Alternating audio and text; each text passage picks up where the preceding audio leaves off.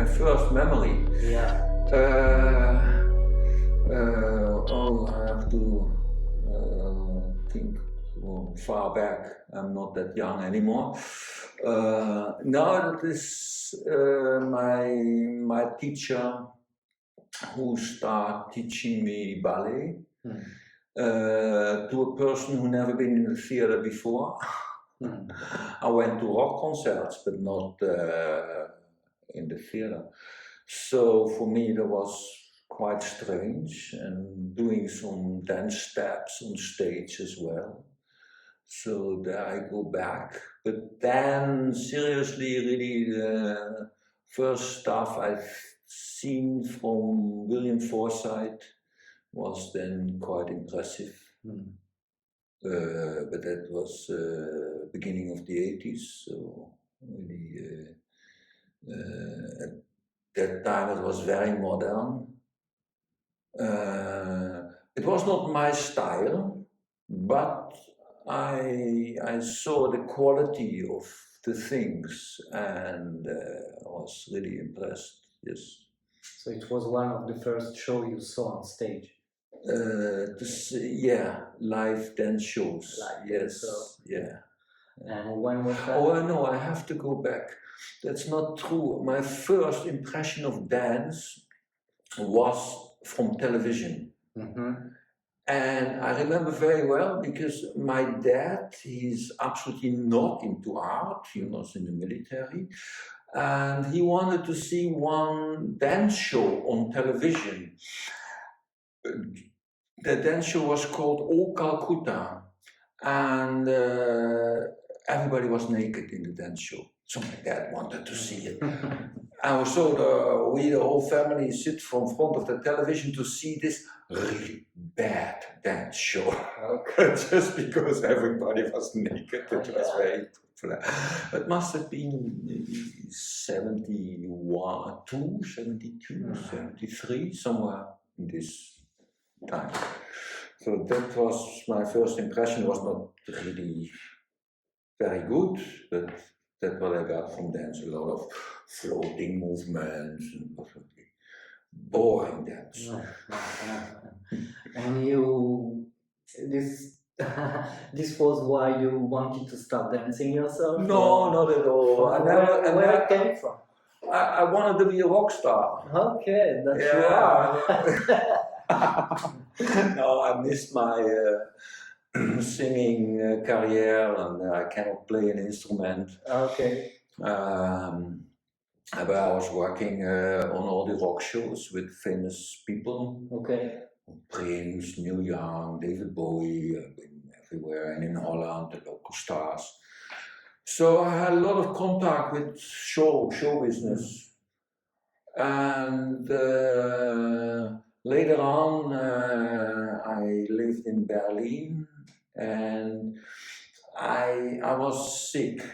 I got a yellow fever from Morocco, drinking bad water or something, whatever happens. And then they kicked me out of the quarantine in Berlin because my post from Morocco arrived, and whatever. And there was an announcement in the paper, who want to learn theater in the theater. Oh wow. And I phoned there, and the same afternoon I went to visit, and the next day I was in the theater. Okay. And in fact I never left. Awesome. And how old were you at the time? At 22. 22? Yeah. So you make all your studies, you graduated? Nothing. I was 1 year in this theater where you learn all kinds of theater forms on the day, and in the evening you had to play in the show. So my first show I played was Ubu-Roi. What's that? Ubu-Roi is a famous piece from Alfred Jarry. Okay. Well, you will see every French theater person knows this. Yes, yes, maybe not the dancers. It's a very crazy guy. He's like a dictator, but he's very rough, very screaming all the time, merde, merde. And a crazy show. We had 2 cakadoos, 3 papageis, 18 dogs, 1 Vietnamese pig on stage. On stage. On stage, Wow. yeah. Quite production. Was very crazy production. The guy was really crazy. It was Okay. really crazy. It was a giant success. We played 6 times a week. Went on tour, and it was always full. So your first experience was learning and performing at the same time, At the same time, touring all around, and already being professional and getting paid for that. not really paid for it because of this school. Yeah. Which was very good, by the way, but because of the school, we didn't pay the school, but we had to play in the show. Okay. So like this, we had to get the money somewhere else. Yeah. And now I was officially workless, so without work at that time. So I got a little bit of money from the government. And in the beginning, I was still sick, so I still get money from the insurance and things like this. Okay. That was in Berlin. That was in Berlin, yes, in West Berlin. West Berlin at the time. And which year? 1982. 1982. I start, and end of '83 I quit, or beginning, end of '83 I quit. A bit more as a year. But honestly, I learned more or less everything, because my teacher, he was a maniac. He's been one of the best actors of Germany. He was the best speaker. He was a yoga master. He knew everything about Tantra and about the Feldenkrais, Alexander training, everything. He was dancer in the Ballet Marseille. He was been doing a lot of stuff before he made his own company. He was a good friend of many famous dramaturgs, fighters, whatever, theater makers. So I just came boom and jump in the middle of this. Awesome. And then after 1 year, I thought, I've learned enough, I can make my own company. And this is what I did. This is what you wanted to do? Directly, to create your own work? And it just came up because I saw what this guy was doing, and I thought, I can do also this kind of crazy stuff, you know. So it was like a desire to create your own world, or to I think it is this creating what I really like very much, and creating, but also not only creating in case of aesthetic or something, but trying to influence public.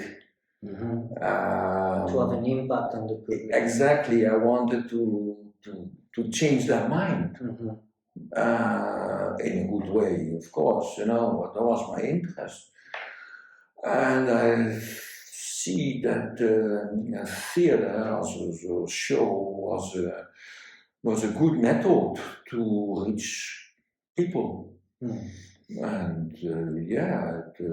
then I learned by doing. You know, I made a lot of experience by making shows and get the impact from the public. And I was lucky. It just went very well, and we also, besides the theater shows, we made a lot of performances with music, live drums, and crazy stuff that was going on. And how did you start your own experimentations? Well, I put an announcement in the paper. Okay. With my telephone number. Okay. And people phone me. And so looking for actors or looking for musicians, and then the people phone you at that time, and then you met them, and we could start working. Then there was an open air theater in the outskirts of Berlin. And we asked the local government if we could use it. They gave it us for one summer because it was not used by anybody. It was a little bit broken down, but it was in the middle of a park. Mm. And it was quite difficult to come there. You need to come by metro and then again 20 minutes walking in the evening, in the night, through the park, which was no light, it was dark. But many people came, and so we had our theater, and I had some people, and so we put up shows. Amazing. Yeah, it was really cool. It was really cool. But it was outside, of course. When it was raining, it was bad. Yeah. And we And the were. weather in Berlin. Okay. We didn't have much money, and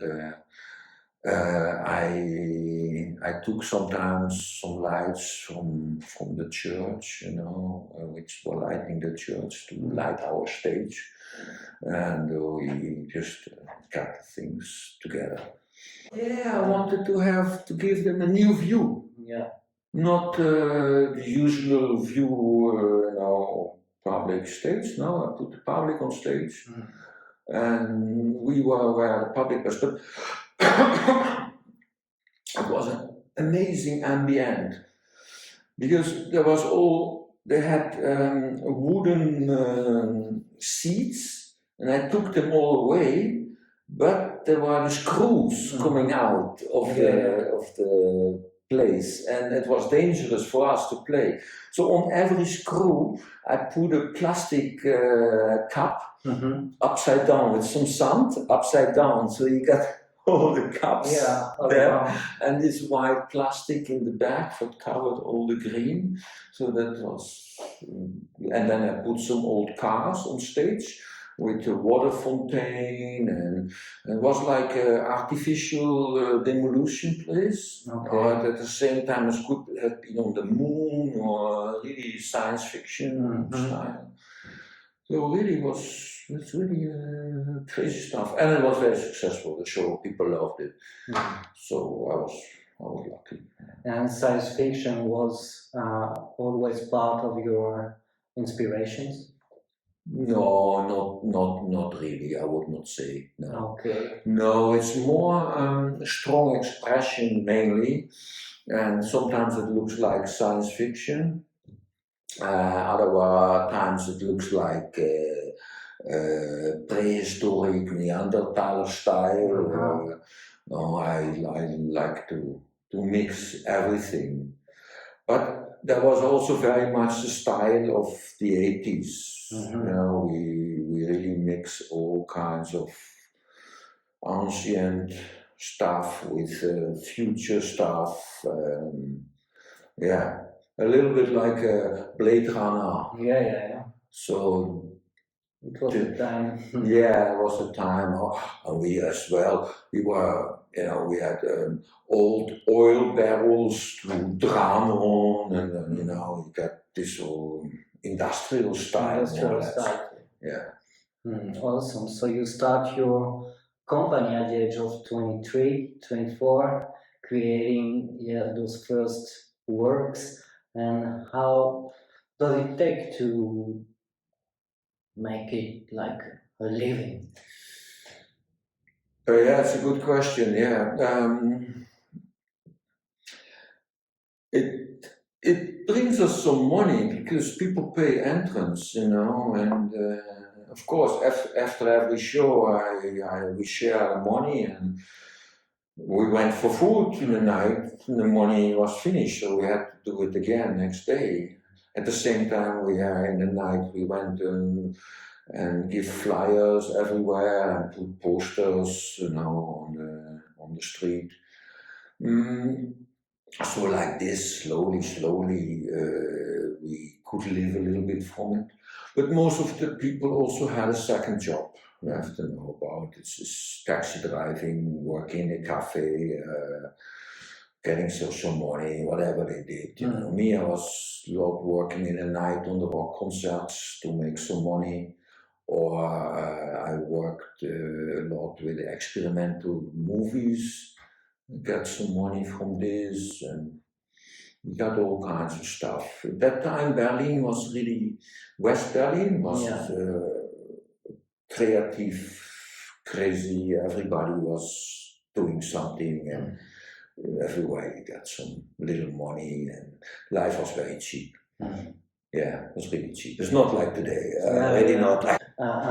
From working outside, when to work in the inside, working also for television and theaters. Yeah, you had to make some money somewhere, you know. Yeah. So slowly you were trying to get on the. But I always worked on other places to get money to finance my own theater.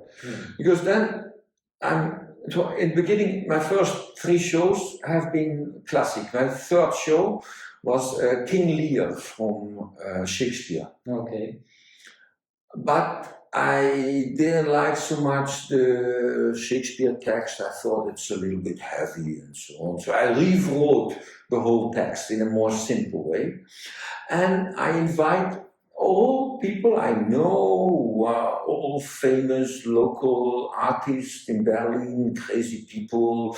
One was always singing in front of Nina Hagen, or another one was a famous singer from a musical over there, and some performance artists working with fire and Tai Chi and musicians, really crazy people, but all well known in the Berlin scene. I invite everybody to play a role in this King Lear, and it was an amazing success. And, we were completely sold out. It was so sold out that it was inside in a culture center. But people in the back of the scene, there was a giant black curtain, and first people hit the people on the cachet.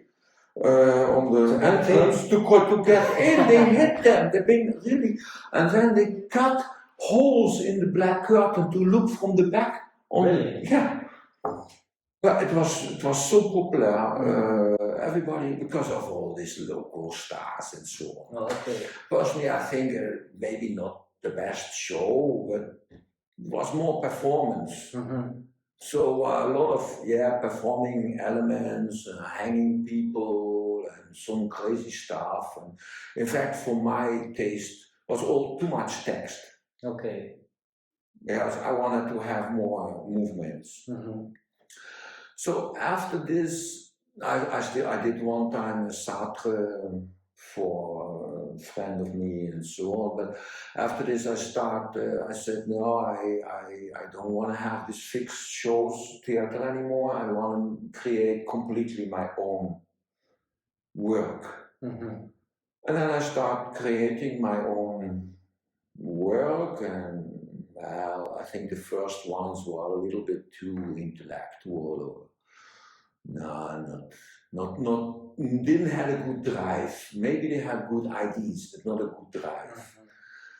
And I was we were kind of a group, and so some musicians and so on. And at one point we said, we also need to make money with our theater. Let's make a musical. So people come, we are going to be, and yes, we make a musical, but without singing. Okay. And we had 8 musicians, 2 cars, and 8 performers. And at that time I had an old garage just beside of the wall. And this show went so successful. We played 3 months, 6 times a week. Full out, every time, sold out. It was really amazing. People loved it. I wonder, for my idea for the show was called 750,000 seconds rush hour. Okay. So 750,000 is almost 1 day. Rush hour, and it was also 750 years of Berlin. So it was a bit connected with this. And I wanted to have a show, everything for the public sits, and everything goes from the left to the right, from the left to the right. So I have to think there was this garage, and in the back of the garage you could go out in a courtyard, and then through an entrance to the courtyard you could go back to the street, and on the street you could turn and go back through the garage. So on stage.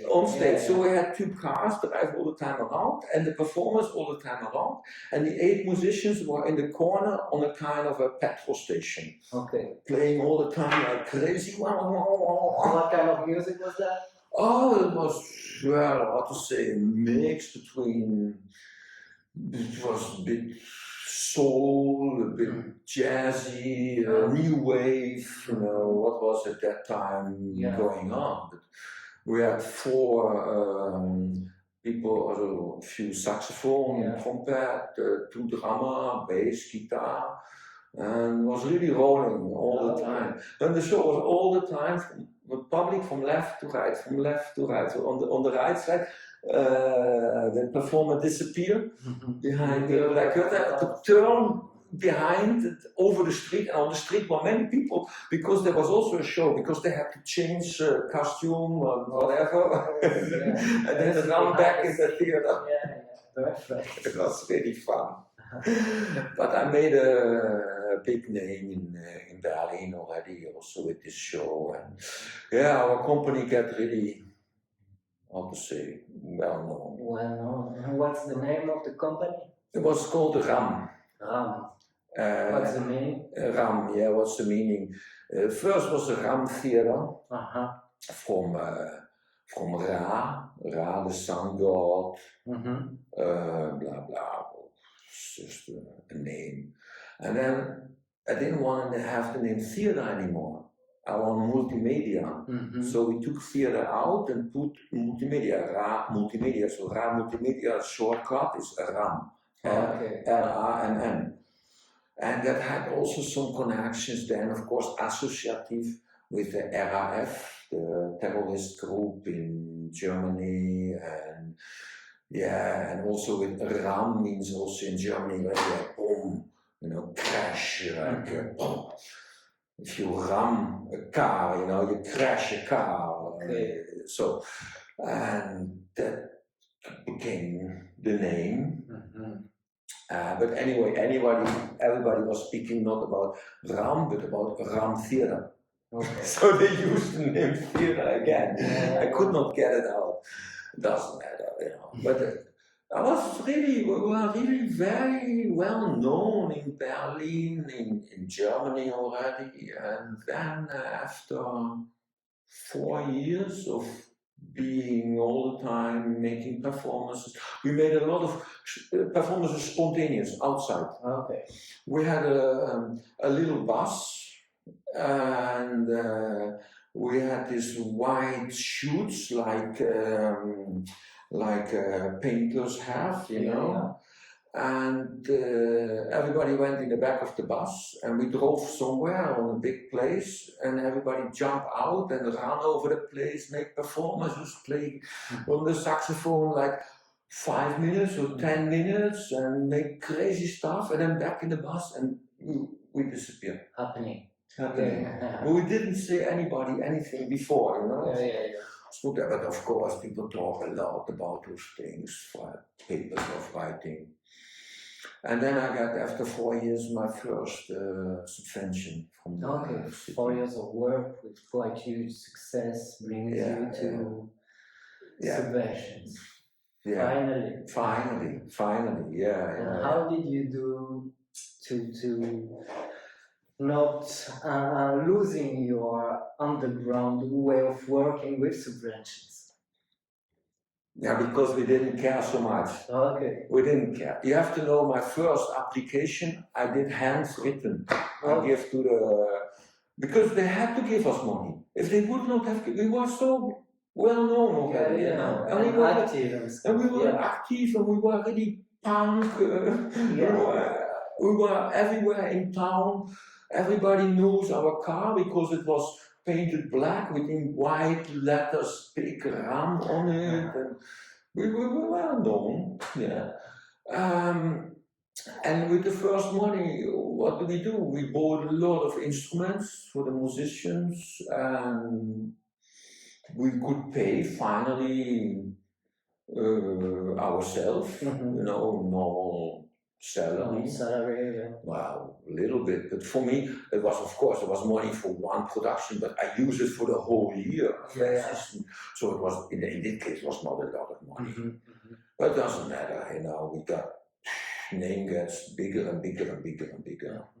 So that's how the company was growing, and at one point we were on all the biggest festivals, touring around, 2 trucks, 3 buses. Okay, so huge team. Huge. On tour. Yeah. Like how many artists on tour? 20, 25? 25. 25. In the end, in 25, yes. And how is it to tour with 3 buses, 25 people, with family, I guess? Kinder, people put care about children, people cooking, photographer, everybody. Yeah, it's like a circus. Yeah. It was really like a circus. Yeah. It was already on the motorway. And everything painted black with this white ram on it. We were already a show on the motorway because we were not very fast. Of course. Yeah, so it was like big family on tour all the time. Big family on tour, yeah.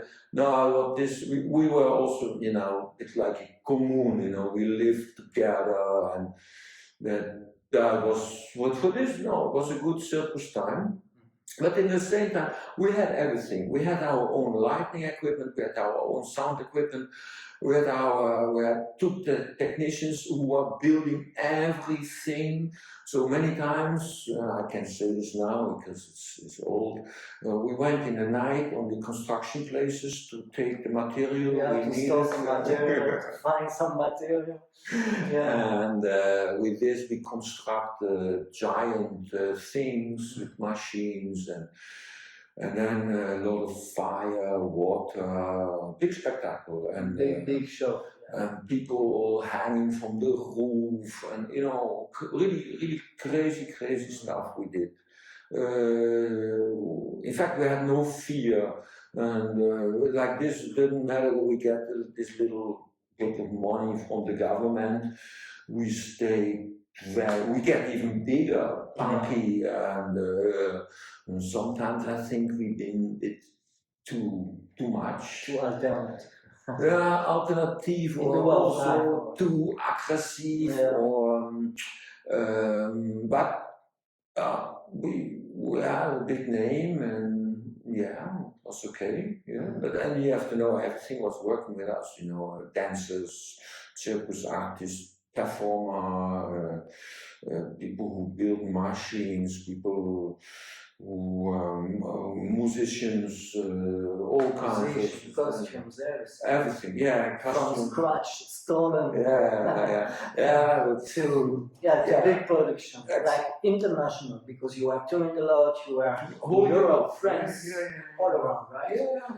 I remember also we've been also in Marseille, as it was a squalid place, I think. And things like this, Sweden, Holland, we've been really around. And then as well, I have to know, this company was really well known, and then the wall fell down. And we've been the Berlin company. So a lot of radio stations and so on ask us to play on their festivals for the people from the East.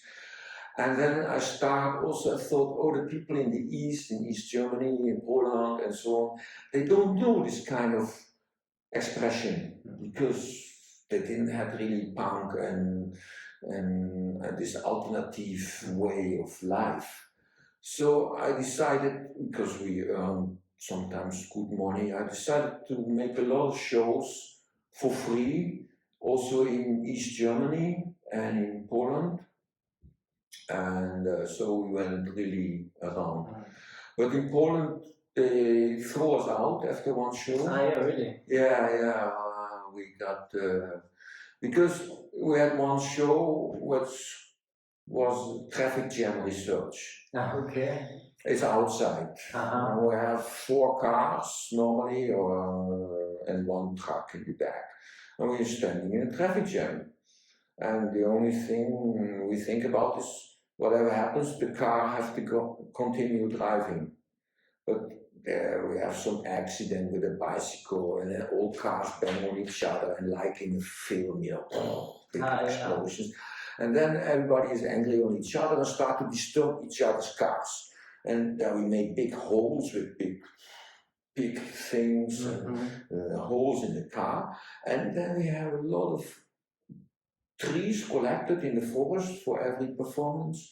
And we put in the holes, we put trees inside. So it looks like a completely mad landscape. Yeah, like apocalyptic, Mad Max.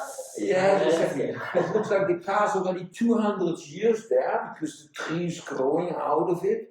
And the only thing we want is still only the car to continue driving. So we trying to push like a horse, like a donkey, We did everything. More or less that was the performance. But in Poland, it was very successful. We played this show over 6 years over whole Europe. But in Poland, after one show, the people took us really serious. They didn't have cars. First degree. So. We bring the cars in our truck. We bring our own 2 cars to Poland to make this show there. And they didn't have cars. So they start, I don't know what happens, but in this city where was this street festival, I remember, also a French company was there, Generic Vapeur. They had a big show with some oil barrels, walking through the street, also very nice. And we did our show. Thousands of people on the square. And then the show was not even finished. The people start to get, like in the whole town, they start to disturb the cars. That was... they start to break everything. Everything. It was just a big chaos. And we had to stop the show halfway. And we just could get out by ourselves, trying to save our equipment, and the next day... It's crazy, you motivate the people to burn everything up. to really, to fight make a revolution. Revolutionary, okay, amazing. Yeah, in fact, against this whole car industry stuff and so on and so on. But you had to escape. And we had to escape. Well, next morning, early morning already, they came from the government of the city and say, we have to leave Poland. We're not allowed to play anymore. We had 3 other shows going on in other cities, and we have to leave Poland. Okay. So we went back to Berlin, but of course this message went around in Berlin, and wow, they've thrown it out of Poland.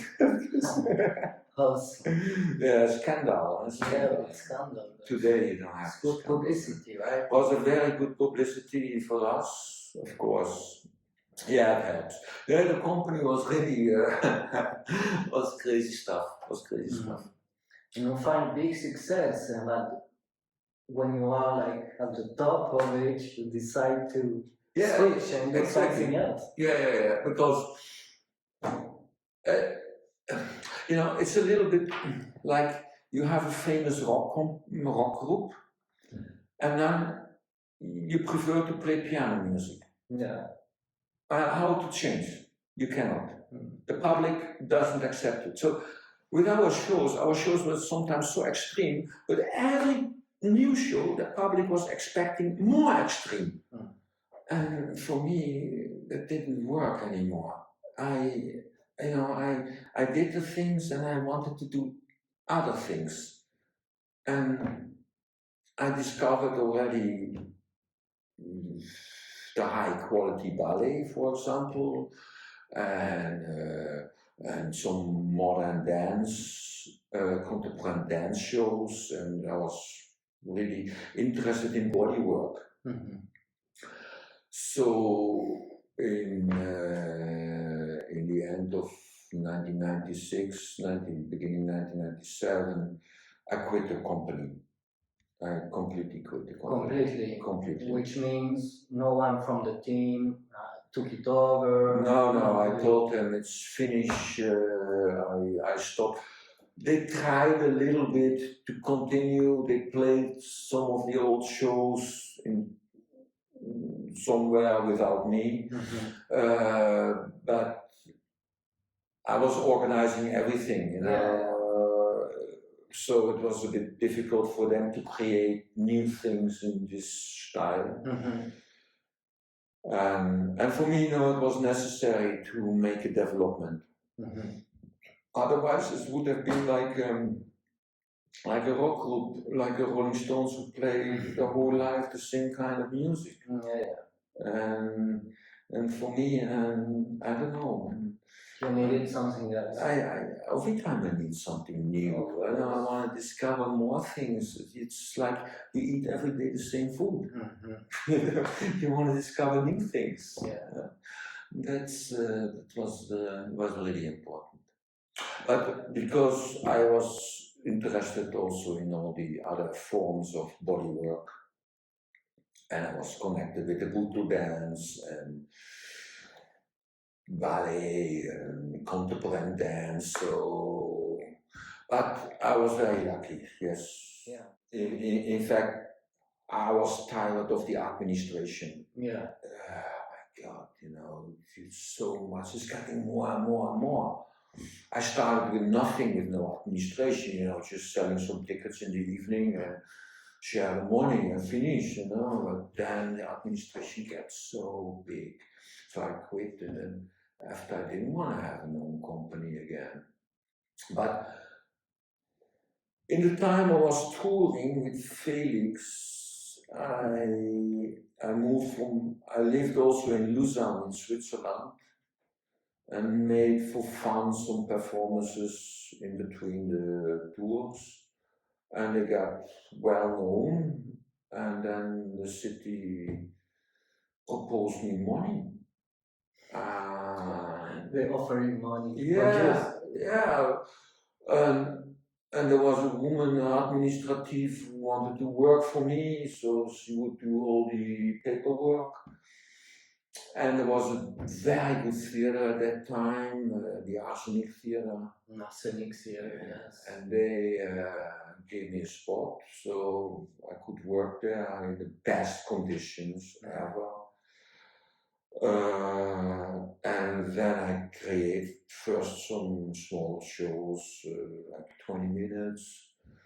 But they got well known, and then. But more dedicated to dance and movement. Yeah, there was only.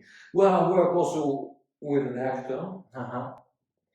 But more for fun, you know. Also, I like to make some jokes on stage. So one of my first shows was, I think it was 20 minutes or something. It was called Sticky Couple. Sticky Couple. So a couple together all the time, hinky, you know, loving, not loving, with a lot of movements.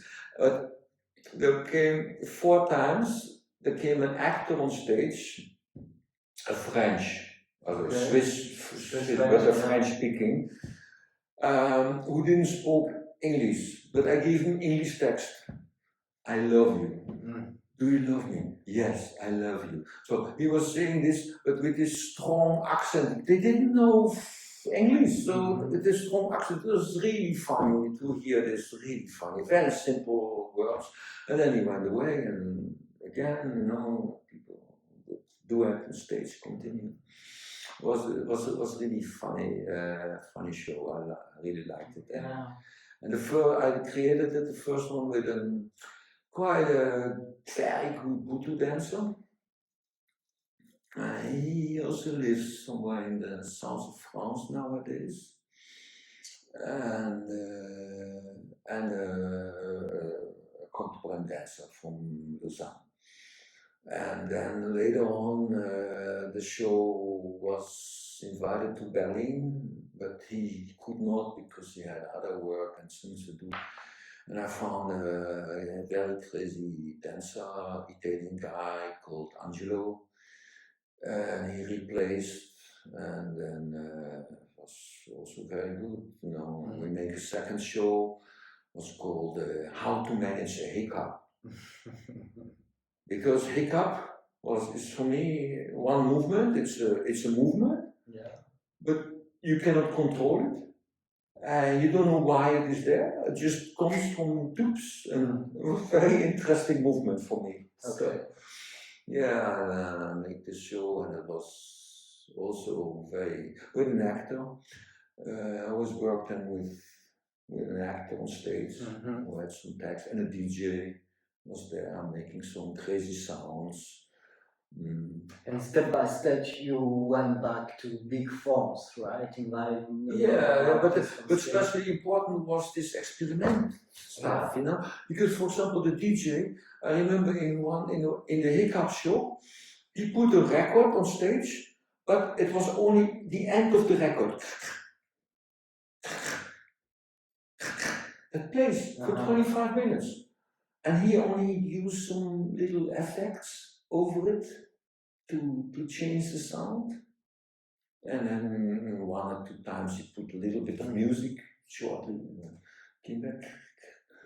So I like this kind of, also with the movements, we discover, because first that was very important for me, we made this How to Manage a Hiccup in Berlin. And it was quite successful, but it was for me still a show, like we used to have a show. And I came back to Lausanne and then talk with DJ and dancers and say, I like to take only a part of the movements and repeat this all the time and not play out full movement and do the whole thing. We just play a little bit and we repeat it like the record. You stopped. And like this we discover a complete new style. And it was very interesting at that time. It was around 2001. And we were really in it, and we discovered new kinds of movements, which, like step forward, back, step forward, back, step forward, back. But it was not a robot repeating, it was a human repeating. So if you repeat something over a while, it's not the same, it's developed.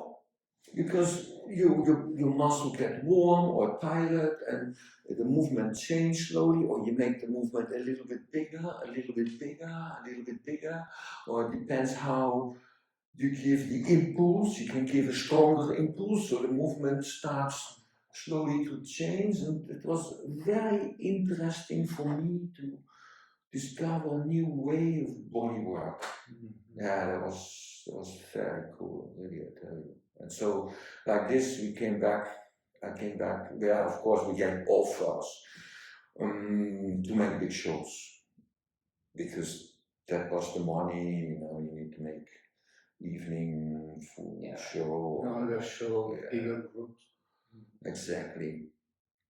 And then my first big show in Lausanne was, I did already some stuff in Berlin, but it was all not so special. But then I made one show in Lausanne, in the Arsenik, and it was called Heizkörper. Heizkörper, it's in German, heating body. It's a radiator. Okay.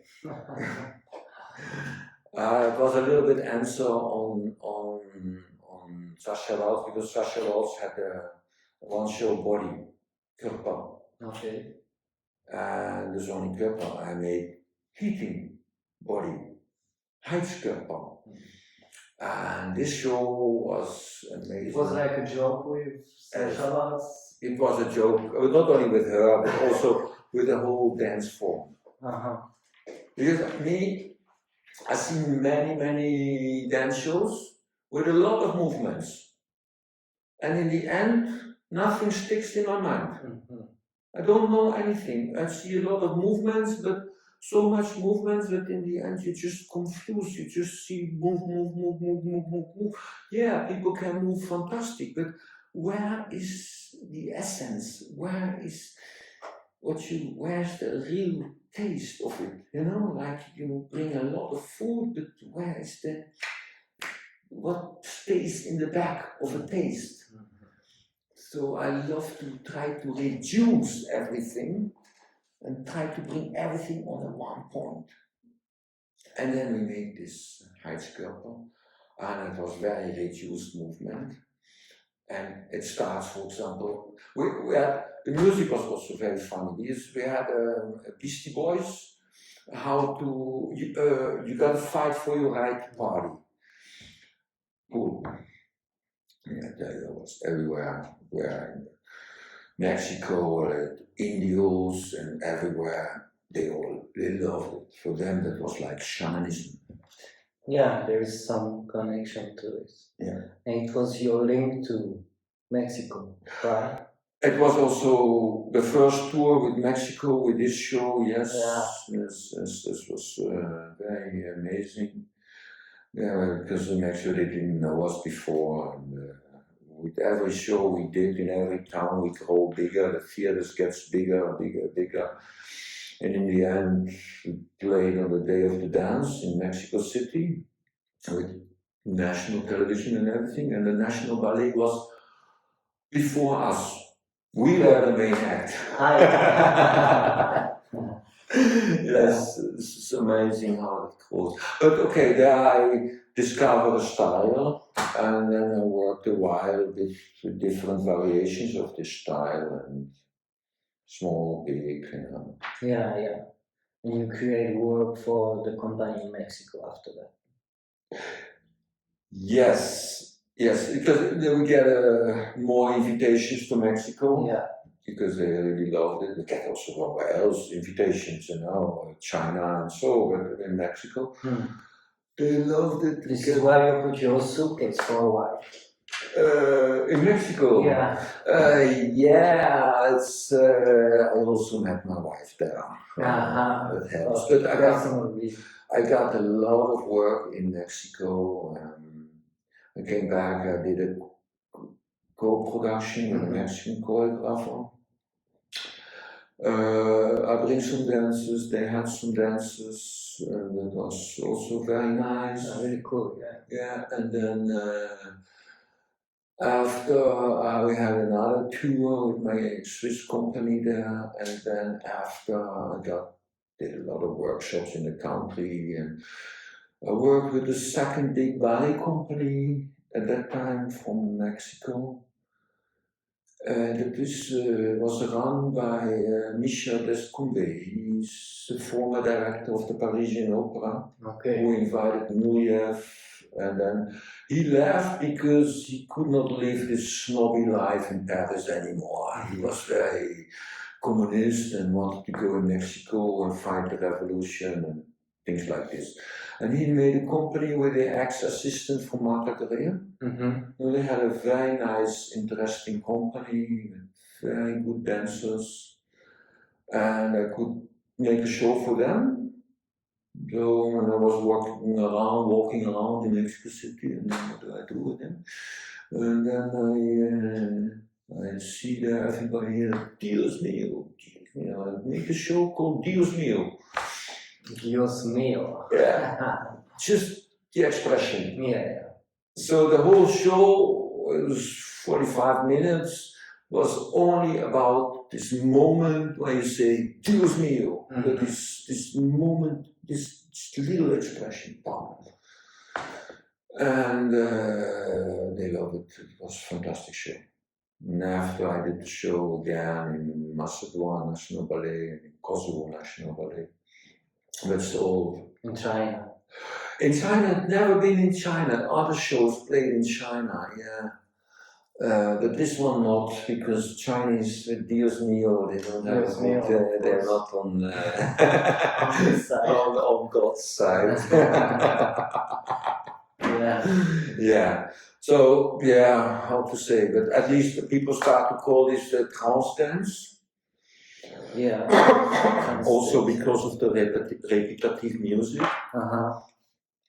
Because for me, I try to keep the thing as simple as possible. You have to know, before in my theater company, there was really hardcore music sometimes, punky, wah, wah, wah, wah. Music was part of the whole thing. But I think in the dance, when music takes too much attention, you don't look on the dance anymore. Yeah. So I try to make a music which is very much in the background, but still gives a little kick, and then having minimum movements where it's like a vulkan, it's all the time making over little movements, some energy, and at one point it breaks out, and then it comes back again and starts again. Little. So that was more or less the system I was trying to work with. We talk a lot about what went successful, but maybe it's important to share also the other side of it. Yeah. Well, my biggest regret is that I never found the super manager. Yeah. Because personally, to have success is 90% the work of a manager today. And not so much what you're doing, but how you sell yourself. And I'm a very bad businessman. Sometimes I prefer to work for free instead of making a lot of troubles for a few euros. I like to give the people something, and that's not very good to make a company. You need to have a management who really looks for the money, who also look that you get enough shows going on, and all this kind of work, the whole administration work.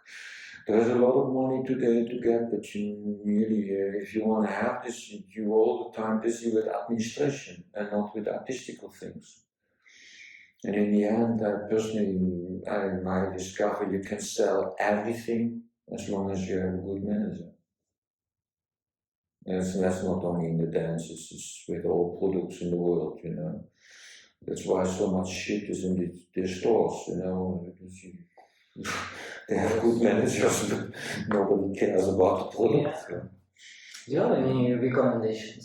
Books, music, movies that inspire you all along your career that you can recommend to? Oh yeah, there are quite some. There have been always one theater piece, and it's a movie, from Peter Brook. Marat Saat. Marat, it's a piece from Peter Weiss, a German writer, and it's a talk between Marat and the Saat. And Peter Brook made it as a big show in the 60s. And it is amazing how it's playing after the French Revolution in an institution for crazy people. How do you call this? Hospital. Hospital for crazy people. And they should replay the French Revolution. Okay. And you got Marat all the time in his bath, and the Saat, who is out of jail, and direct more or less the whole thing. And they have the whole time a dialogue, but these people in the hospital who are playing this revolution, they do so crazy, fantastic movements, very inspiring, amazing stuff.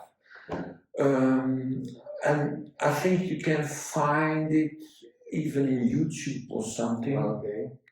Yeah, this is this Marat de Saat. It's not the full title, but with these two things you find it. And from Peter Brook. Okay. Yeah, that was very inspiring for me, really, I have to say this. A book, in the moment, it just comes up in mind, Ina Bausch, all her interviews. a few years ago, there came a book out with all the interviews from Pina Bausch. And okay, she repeats herself several times, but it doesn't matter. She's really telling the right thing, the important thing for stage.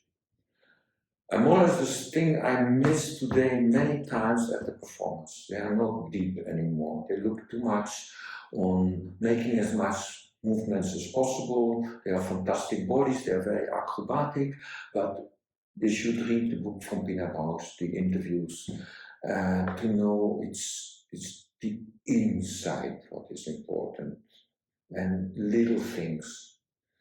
She explains, for example, in one show, Café Müller, she was performing in the show in the beginning, and she performs blind, also with her eyes closed, I think, and she walks with her eyes closed through this cafe with all the chairs. And she said at one point she lost her feeling, and then she turned things back, and in the beginning, with her eyes closed, she looks up. With closed eyes, but she looks up, and that gives her a feeling that later she looks down, and she was completely in another mood. So little things like this can make a lot of impact on the performance and how also on yourself, but that's what you transform as a performer. So far, yeah. And movies, yes, I was very inspired by Deviate and Per Achille. Mm-hmm. I've seen the show 2 times live, but also by the movie. And this way of moving, body work, and provocation was really inspired me a lot. Yes, I have to say. And over this, yes, I love a film like, some movies have been for me very important. I like Blade Runner, ik had een Taxi Driver, One Flew Over the Cuckoo's Nest, this kind of movies you don't see today anymore, which have a strong topic. It's maybe not woke, maybe not today. Nowadays, people would criticize you a lot for this, but at that time also people get a lot of critique, but they didn't care about it, because you show a strong emotion, a strong impression of the world. That's what influenced me, and of course there's many more stuff. I don't get everything always like this in my mind. It depends always what I see, and then think about this. But yeah, I especially also artists like Joseph Beuys influenced me a lot. Some of his performances been very strong, just by the behavior. Once was every 1st of May a big demonstration in Berlin. 1st May, communist demonstration, so all the students and how we call this in France, the associations, protesting. And he's in the back, in the end, after the whole protest, and he's cleaning the street with a broom, and putting everything in plastic bags, and call this political garbage, more or less. So. But it was very strong because they have all the papers and flyers, but everything flies around and put it on the street, and he was cleaning up the street. Very strong impression for me. People, this kind of stuff always influenced me. And I was a lucky guy. I came in contact with, at that time, always famous people sculpture artist or even foresight, or movie makers, so I get a lot of influence from different sides, and not just dance. I think it's wrong if you do dance to only focus on dance. You should get your influence from everywhere, from all places, maybe not at all from the dance. And then you put it on stage and try to create it as a dance. Yeah, so it's as well, I was working a lot with nakedness, and that was sometimes very provocative for the people. Nowadays it's all kind of normal, but at that time was sometimes very, very strong reactions we got on it. Once was we made my company the opening of the porno festival in Berlin. Awesome.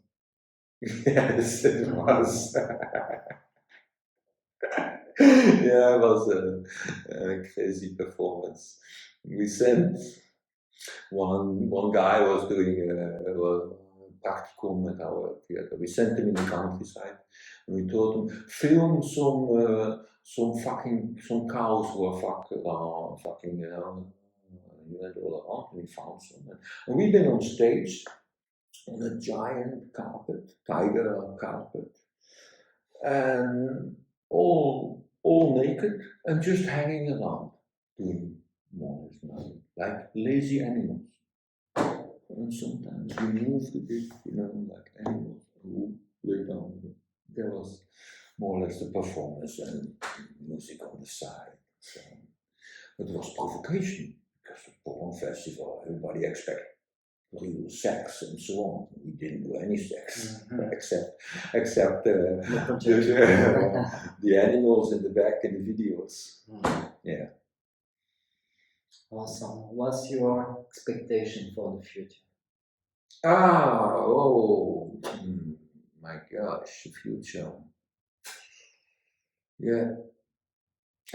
What personally, my expectation is all theaters get sold out all around the world with fantastic, crazy shows. What influence the people who all get in a good mood, throw out the dictators and make a fantastic social life together. And peace on earth. I think it's the perfect word to finish. Thank you, Arthur. You're welcome.